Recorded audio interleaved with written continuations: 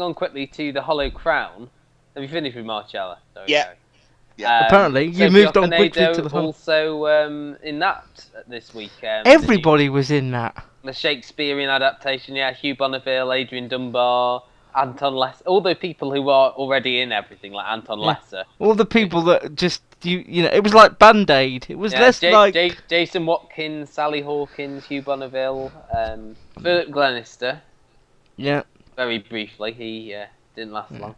I don't know how many people wanted to watch, approach sort of the Hollow Crown, because I'm guessing neither of you two watched it. I didn't. I did flick it on, and I was just impressed by the amount of famous faces in there. Yeah. But it was whether it's I've got the intellect, because the thought is that you already don't have the intellect to watch it. I think they do a good job of trying to make it as entertaining as possible. I certainly got the grasp of what was going on throughout, because sometimes you do struggle with with Shakespeare things. I enjoyed it. I thought it was well produced, well acted. The one name that I didn't mention there, probably the best performance of the lot, was Ben Miles from Coupling.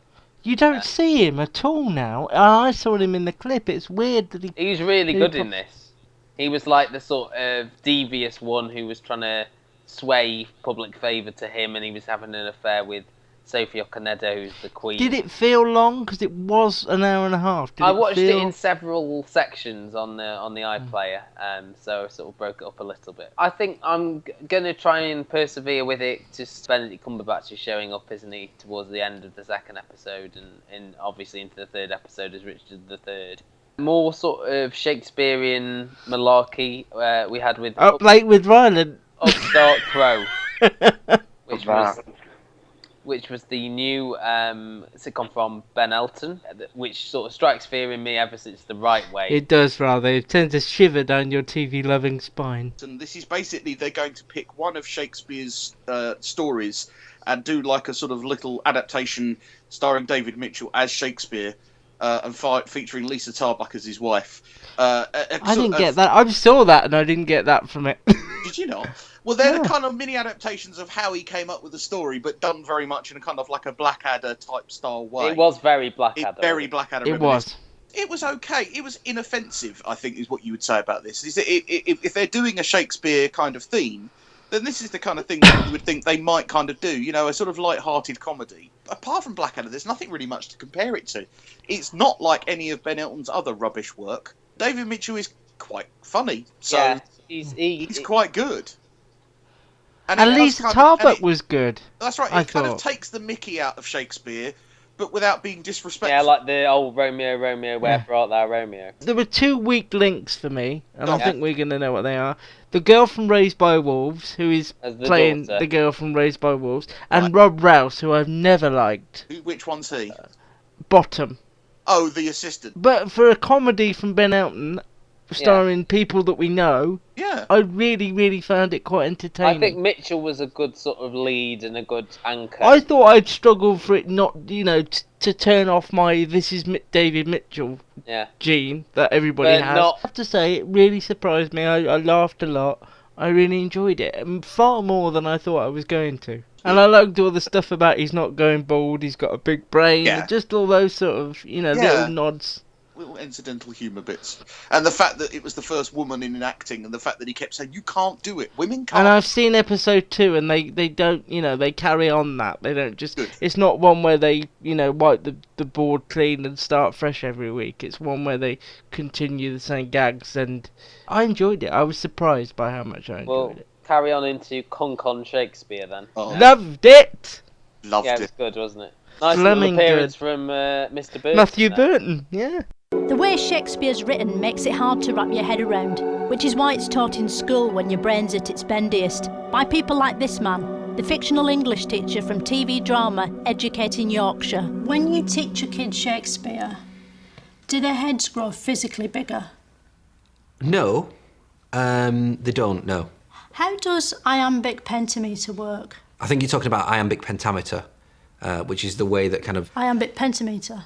Pentameter, yeah. Pentameter. Well, pentameter, so... I loved the fact that they compared Shakespeare to Taken. Yeah, that was great.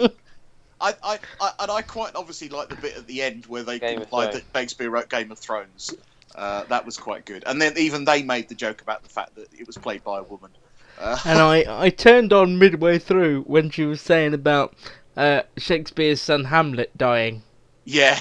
And I thought, hang on a minute. Oh yeah, it's Cunk on Shakespeare, that's right. Yeah. She's got to have her own series, you would think, at some point. Well, I would hope that, based on this, they're trying out to see whether her and the aforementioned Barry, perhaps, I can't give his surname on this podcast, might be good enough to do spin-offs. They might have been thick, but Shakespeare's audiences had loads of fun, heckling the actors and cackling a lot in a sort of mad peasanty way. Like that. And that. To tell me more about Shakespeare's disgusted audiences, I spoke to this man. Who are you and what's your game?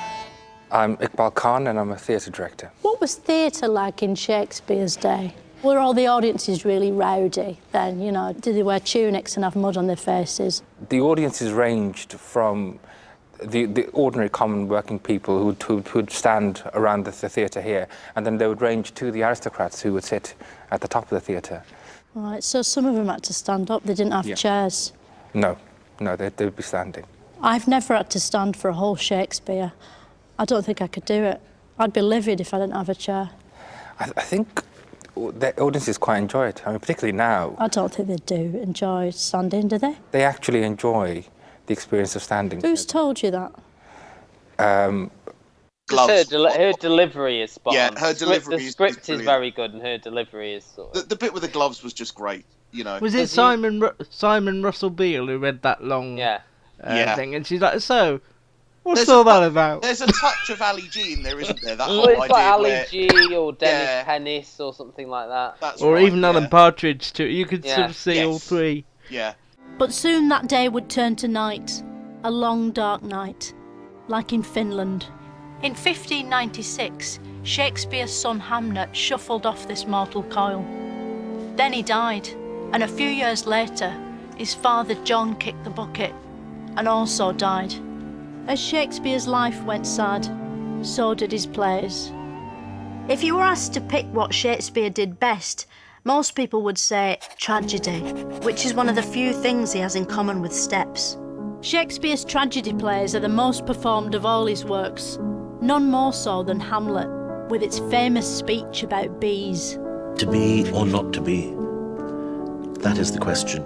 He just seems completely inoffensive, and if you weren't listening too closely, you'd believe it as a normal documentary. Well, this is really. the thing. I'd be interested to find out how many people now come away going, "Oh right." I didn't know he was Hamlet was Shakespeare's I think the guy from the guy who was doing all the words Shakespeare invented. I don't think he had any idea that it was. Oh no, that was great. But I've got a list of words. Okay. That he might or might not have made up. Okay. And you tell me if Shakespeare made them up or not. Okay. Cuckoo. No, I don't think so. Ukulele. No. Truffle balling. No. Ceefax. No. Omnishambles. No. Nutribullet. No. Mixtape. No. Spork. No. Rufflecopter. No. Bomberclot. No. Zhuzh. No. Potatoey. No. Bromance. No. Sushi. No. Titwank. No. Hobnob. Yes. Suppose it makes sense that he came up with hobnob, doesn't it? Because it's the sort of the most old-fashioned of biscuits. It's got like bits of hay in it and stuff. Yeah. It's like eating a thatched roof.